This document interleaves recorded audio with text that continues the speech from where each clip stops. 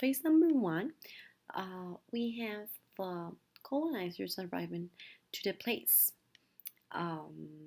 There are different dialects of the same language, and the colonization occurs. Then the identity of the indigenous is not affected. There were about difference among the community they are and the one that arrived. Then we have the exonormative stabilization. Here, the identity outpost of original nation. So we had English plus local, and the content, contact with the indigenous um, increased, and for that reason, and the with the aim of communicating, the lexical borrowing occurs in terms of fauna, flora, and cultural terms. And there is an identity um, of elite local plus English, which means that if the local people is speaking English, they're part of another elite. And then we have nativization. So here there is a permanent resident of English origin.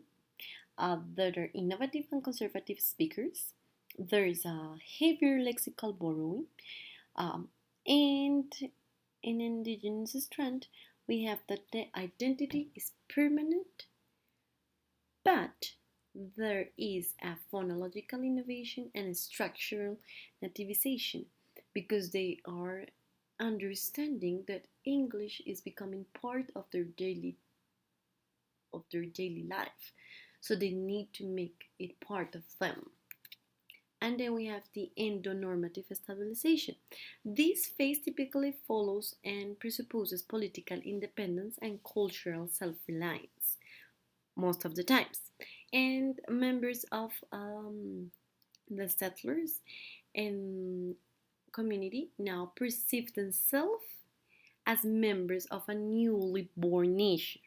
So there is something new and they feel part of that, not of the one that arrived, but something new that they will modify, that they will create and build up as community. And then we have the differentiation. The citizens of a young nation no longer define themselves primarily as a single social entity in relation to the former colonial power, but rather as a composite of subgroups, each being marked by an identity of its own. So here we're talking about not just one group, but we're talking about subgroups, and we're talking about those subgroups having an identity. So we have a dialect birth.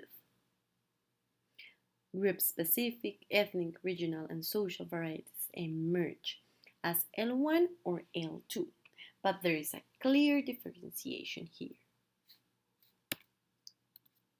Snyder said that once they they go through these phases, we can talk about world Englishes or we can talk about world languages. So the question is, what about the future of English? Well, we have here two quotes, one from Crystal, another of Penderengue.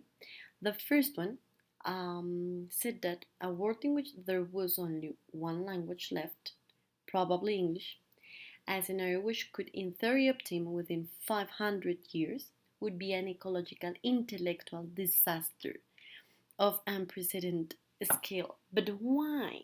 Why? Why it would be that terrible? Because the culture and what is within the language will be lost if the only language existing is English. And Pandarange proposed a solution for this big problem. He said that people should also speak and promote their local languages. It's not about stop including English as part of your lives, as part of politics, economics, social, and communicative issues, but it's something about giving importance also to the local languages. I mean, they should have the same importance.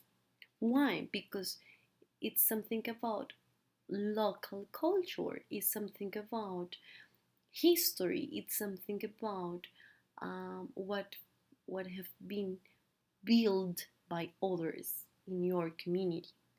And this will be the only way in which we could guarantee that English will help us to globalize the world instead of um, making it disappear in terms of culture.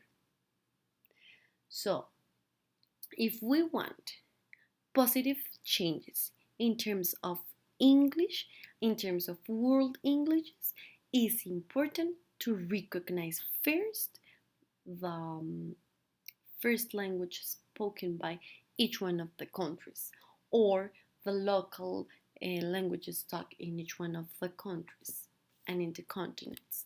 In this way, we're going to provide equivalent value to both, and of course, we can talk and we can create and connect with others, but also this will enrich the growth of their own community, of their own culture.